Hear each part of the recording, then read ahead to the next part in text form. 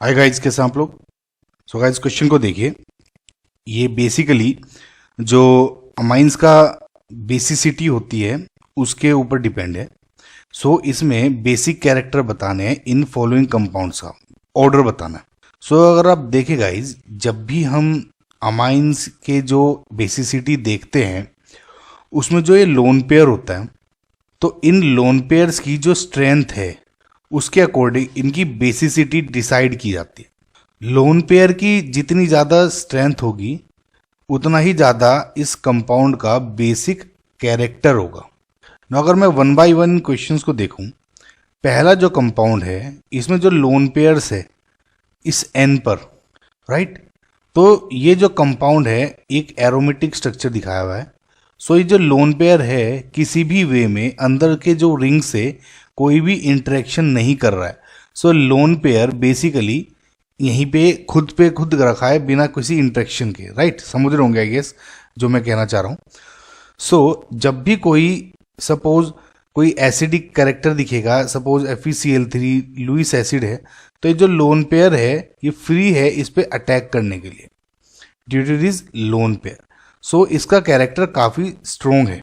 अगर मैं दूसरा कंपाउंड देखूं, इसमें देखिए जो जो लोन पेयर है वो अंदर रिंग जो साइक्लिक कंजुगेशन में पार्टिसिपेट कर रहा है।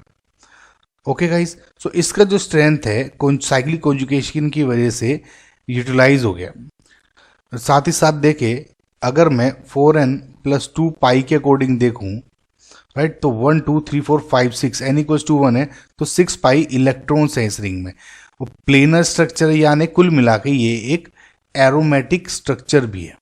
सो एरोमेटिसिटी वी नो कि बहुत ही ज़्यादा हाईली स्टेबलाइज्ड कंपाउंड्स होते हैं। सो अगर एक तो तरफ है कंजुगेशन साइक्लिक और वो साइक्लिक कंजुगेशन एरोमेटिसिटी भी हो, एरोमेटिक भी हो, तो इसकी स्ट्रक्चर स्ट्रेंथ या स्टेबिलिटी और बढ़ गई। यानी ये जो लोन पेयर है ये किसी भी वे में इस अगर FeCl3 से अटैक कराऊं तो नहीं करेगा, बिकॉज अगर ये कराना चाहेगा तो इसका मतलब ये एरोमेटिसिटी को ब्रेक कर रहा है। ये मैंने देख लिया कि 1 जो की कैरेक्टर जो 2 से ज़्यादा है। अब तीसरा देखें, तीसरे में जो लोन पेयर्स हैं एक तो ये दिख रहा है, ओके, और एक लोन पेयर इसके ऊपर भी है, राइट गाइस। अब देखिए नंबर ऑफ लोन पेयर्स एक तो इसमें बढ़ गए, इसमें एक लोन पेयर था, इसमें अभी 2 लोन पेयर्स हो गए। साथ ही साथ जो ये लोन पेयर है ये इसके साथ कंजुगेशन में है। साथ ही साथ जो ये डबल बॉन्ड है ये भी इस रिंग के साथ कंजुगेशन में है। सो मैं ये कह सकता हूं कुल मिला के कि एक तो ये लोन पेयर इंटैक्ट है, राइट, और दूसरा जो ये लोन पेयर है ये जो कैरेक्टर है इसका हालांकि कंजुगेशन में है लेकिन थोड़ा सा इसका कैरेक्टर को 1 लोन पेयर से इंक्रीज कर देता है। समझ रहे हैं आप, यानी बेसिसिटी अगर सब वो एक लोन पेयर की 100 है तो ये अगर कंजुगेशन की वजह से 50 हो गई तो 150 हो जाएगी, राइट, लेकिन यहाँ पे सिर्फ 100 ही है। आई होप समझ पा रहे होंगे। सो थर्ड की जो स्ट्रेंथ है वो फर्स्ट से भी ज़्यादा है।